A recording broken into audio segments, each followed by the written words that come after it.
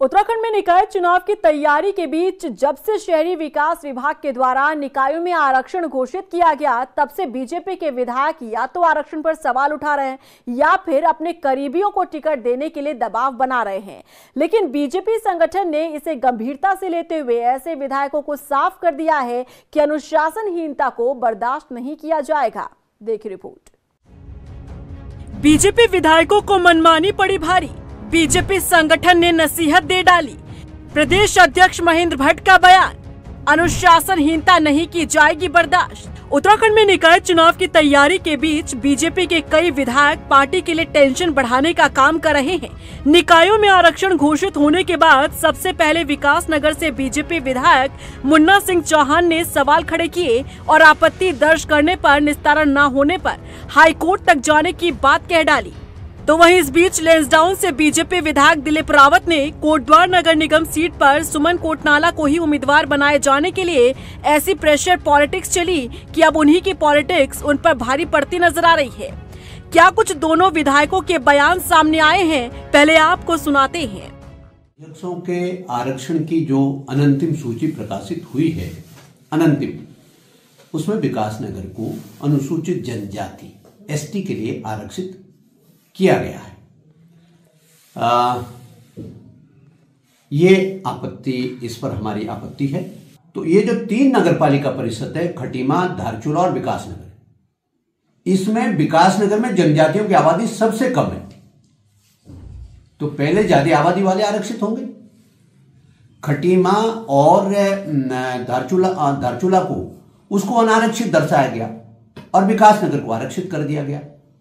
तो ये मुझे लगता है कि बड़ी चूक है। मुझे विश्वास है कि सुमन कोटनाला जी को से मुझे विश्वास है कि भारतीय जनता पार्टी उन्हें अपना समर्थन देगी, उससे अपना उम्मीदवार बनाएगी। ऐसा मैं आपकी भावनाओं को भारतीय जनता पार्टी में ले जाऊंगा। सुमन कोटनाला जी, जो बुलेट्स को आप जल सींच रहे हो, पानी सींच रहे हो, उसमें निश्चित रूप से फल फूल लगेंगे और भारतीय जनता पार्टी आपकी भावनाओं की कदर करेगी, ऐसा मुझे विश्वास है।